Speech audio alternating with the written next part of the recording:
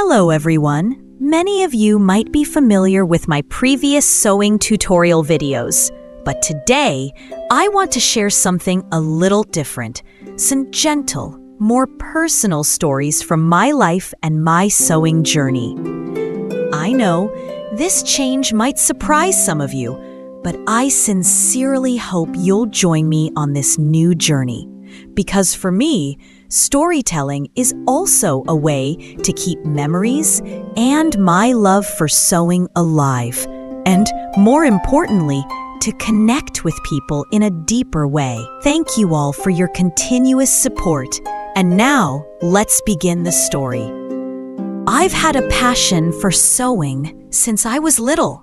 As a child, I used to sit beside my mother, watching her stitch thread by thread, listening to the snip of scissors cutting fabric, completely mesmerized. But it wasn't until I turned 30 that I truly began sewing for real. That's when I decided to visit my neighbor, a woman known for mending clothes, and learn how to use a sewing machine. I only took 3 lessons, but from then on, I dove into the world of sewing, experimenting, learning on my own, getting better day by day. In that small room, under the soft yellow light above my sewing table, there was warmth, silence, and the very first stitches, each one carefully placed, full of love and care. Starting with the basics, I sewed my daughter's very first dresses. When she was just 7 years old, I sewed so many things: school dresses, play clothes, birthday outfits, all kinds of styles and colors. The fresh scent of cotton always filled the air whenever I opened a new fabric package. It gave me joy, hope, and inspiration. Then I began sewing for myself. My first work outfits, casual wear, even clothes just to feel beautiful and put together every day. Then I sewed for coworkers, patching a shirt for one, reshaping an old dress for another. The more I sewed, the more I fell in love with it. Not just clothes, I taught myself to sew home items, bed sheets, curtains, tablecloths, even little hanging decorations for corners of the room. When I had sewn almost everything my family needed, I began to give. Handkerchiefs for friends' birthdays, fabric bags for my daughter's teacher, long dresses for retiring coworkers. And the people I gave gifts to, they encouraged me. "You're so good at this. You should open a shop." So I began my journey, my career. I opened a little sewing shop right at home. And from there, I've been living the life I love. That journey started with clumsy hands. I didn't even know how to thread a needle properly. My stitches were crooked, uneven, all over the place. But maybe the very first thing sewing taught me was patience. You can't rush a stitch. The fabric will wrinkle, the seam will slip, and what you make just won't be wearable. So I learned to breathe slower, sit still, listen to the soft clinking of the needle in the quiet room, and focus on every single thread. And from that stillness, I started building patience, not just with my hands, but with life. I remember one time, I was sewing a dress for my oldest daughter. She wanted a puffy pink dress for her school performance. I picked the toughest fabric, thin, slippery chiffon. That night, I unstitched the seams 3 times. Each time, it felt like I was also undoing a little piece of my own frustration. But when I saw her on stage, dress blooming like a flower, I forgot all the fatigue. Sewing, I realized, teaches you how to love, without needing to say a word. Later on, I started a small home-based sewing service. Clients came from all walks of life: brides, elderly folks, teachers. But the one I remember most was a middle-aged woman named Nancy. She brought in an old, worn dress, asked me to fix the waist and sleeves. I asked her, "Is this dress special?" She smiled quietly. My husband bought it for me, our first trip to the beach before he passed. That day, my hands trembled while sewing, and that was the moment I truly understood. I wasn't just sewing clothes, I was mending memories, touching something sacred. Sewing has also taught me how to start over. Many times, I cut wrong, measured incorrectly, or didn't have enough fabric. All of it forced me to undo and begin again. But gradually, I no longer saw it as failure. I began to see it as an opportunity. Starting over means there's still a chance to fix things. And it seems that's true in how I live my life. Learning how to apologize, learning not to fear change, learning to start again even when it's late. I still keep a white shirt that I sewed myself in my first year. It's not perfect. The collar is crooked, the button's a bit loose, but I keep it as if holding on to the person I was when I was just starting out.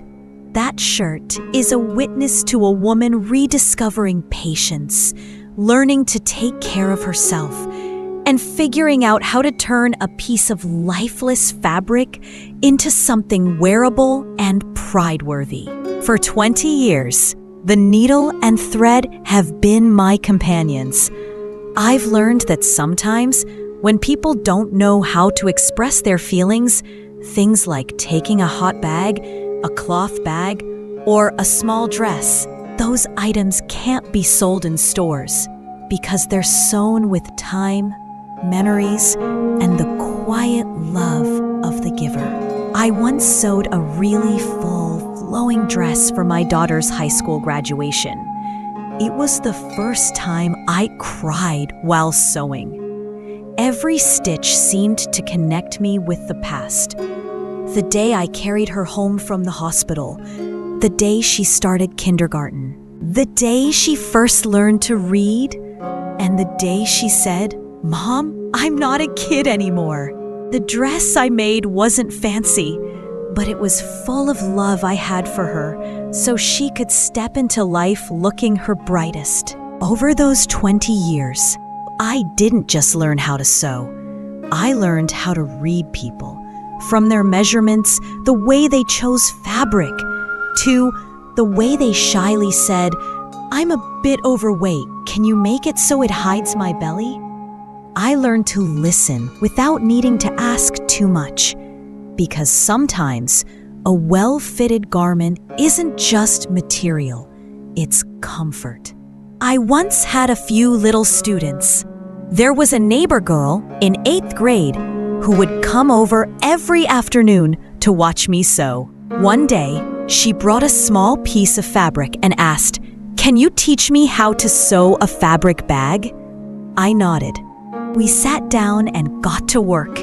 She learned every stitch, her hands still clumsy, but her eyes shining bright. When she finished her first bag, she hugged me and said, "Tomorrow, I'm gonna give this to my mom." At that moment, I understood. Teaching a craft isn't about creating successors, but about preserving something beautiful from being broken. Those threads passing from one hand to another are a quiet way to keep love alive. I also taught my daughter how to sew pillow edges. On quiet evenings, the two of us would sit close, my hand guiding hers through each stitch, from clumsy first attempts until she could finish her very first small pillow on her own. Now she's skilled, and sometimes she sits and embroiders flowers on handkerchiefs to give to friends. It's strange how a skill so small can connect mother and daughter, not needing words, but through every silent stitch full of love. I clearly remember every item I've sewn for myself through different phases of my life. The small, floral dress I wore on my first day at work, not designer, but fitting for a woman learning to believe in herself. The sweater I made for my sister when she was pregnant, when she just found out the baby was growing inside her. The loose pajamas I sewed myself after a hospital stay, a reminder that health needs to be cared for with tenderness. I also once sewed a long indigo dress for an important family gathering, simple but elegant, making me feel confident without any extra adornment. Each of those pieces wasn't just about covering my body. They also held a part of who I was at that moment in time. I don't need to keep many photos. Just holding that old shirt lets me remember exactly how I lived, what I fought, and what I overcame. Clothes I made myself are a form of memory, not in words, not in writing, but in every stitch no one can see from the outside.